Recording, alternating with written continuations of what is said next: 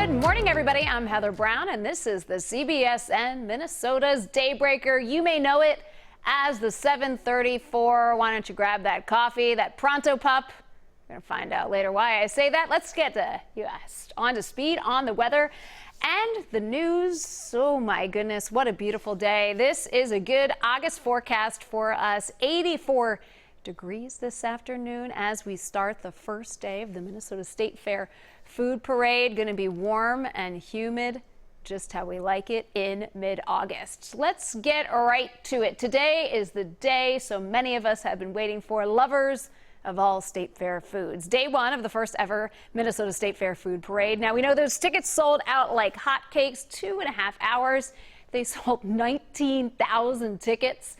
Many of the fair favorites are out there. You got your Pronto Pups, your lemonade, your French fries, and of course, Sweet Martha's will be at the very end of the parade there to top it all off with something sweet. The Cars Parade is expected to be a slow, meandering, multi-hour event.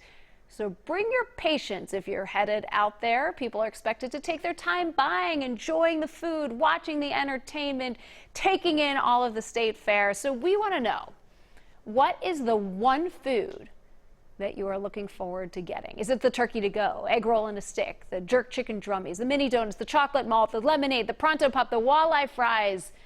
I mean, I could go on and on and on about this one. We would love to hear what you would love to get if you are going to the parade. If you're not going to the parade, we still want to know what you think, because you know what? You can always dream. Let us know. People who are watching on Facebook, leave a comment here, and we're going to read through some of them in just a moment. It is the final night of the Democratic National Convention this evening. Former Vice President Joe Biden will formally accept the Democratic nomination for president. Last night, his running mate Kamala Harris accepted the vice presidential nomination. We have a chance to change the course of history. We're all in this fight. You, me, and Joe, together. What an awesome responsibility. So Harris is a U.S. Senator from California. She is the first black woman and person of Asian descent on a U.S. presidential ticket. We also heard from Barack Obama and Hillary Clinton.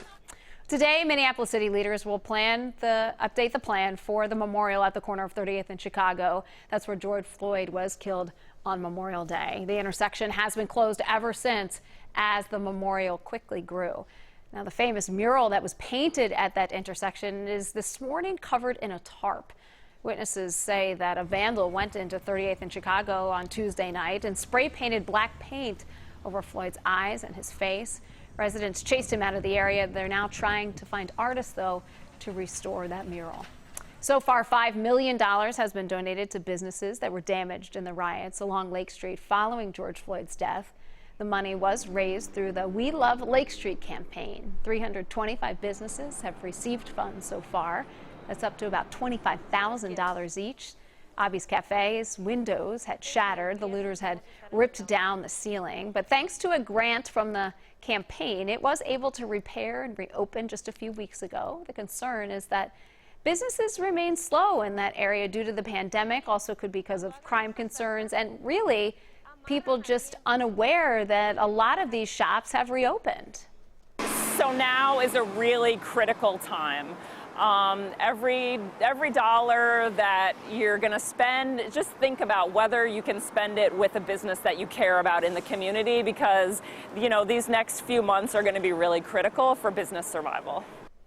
So the Lake Street Council is overseeing the campaign money and encourages to keep wanting people to donate to the cause. We have all of that information if you'd like to help out at WCCO.com.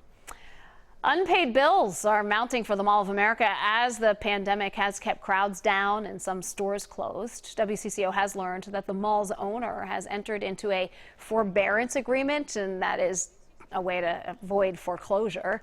The Mall of America's owner, 555 Group, owes $21 million. That's equal to the last 3 months of mortgage payments.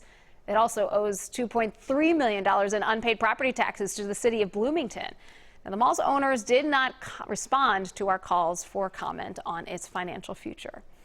Another Minnesota tradition, the Minnesota Renaissance Festival is officially canceled. Organizers had originally hoped to delay it, but say that it is just clear at this point that the state's rules surrounding COVID won't change early enough to make a true celebration possible. They are planning, though, a series of smaller events over the next several weeks.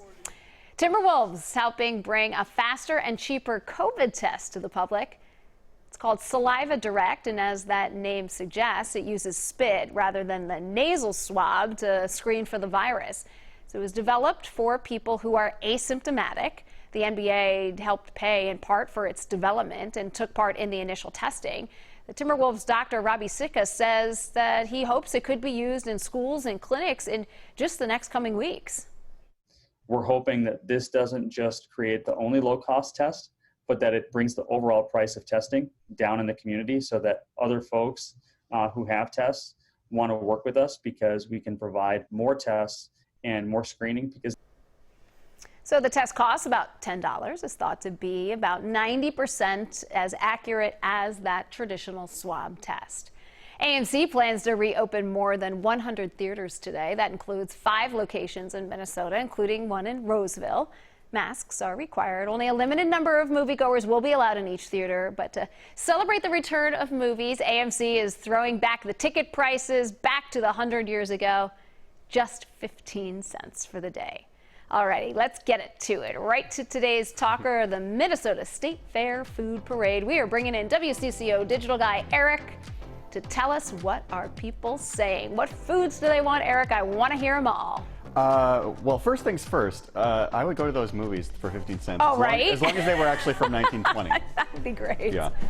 Okay, so we've got quite a few things here. We've got Judy saying she would eat the turkey sandwich. Oh, that is my, Judy, I'm right there with you. That is my number one. I love that thing. She would chase that with the honey ice cream. Oh, Good one. Good choice. Good choice. Wendy wants the turkey leg and corn on the cob. Also really good. I don't know if they have the corn on the cob out there, but they definitely have turkey for sure. Oh, and yeah, some people the are chicken actually, drummies. Some people are just saying the things that they wish that they could eat. I know, and you know what? I would too, because you know the thing sold out in just 2 hours. They sold 19,000 tickets, so most Minnesotans won't be able to go. But we can always dream, Eric. We can always dream, and that's what I'm going to do. So yep, you go for it. Get that corn. Andrea says deep fried Snickers. Again, I don't think that's on there, but it's not. But just think about it, Andrea. Miss. Right? Yeah. A deep fried Snickers. Oh, so gooey, so yummy, so crunchy. Nicole says none. It's just not the same without the entire State Fair experience. You know what, Nicole? I'm kind of with you on that one. I wouldn't turn down a Sweet Martha's though if someone happened to bring it to me. Hint, hint.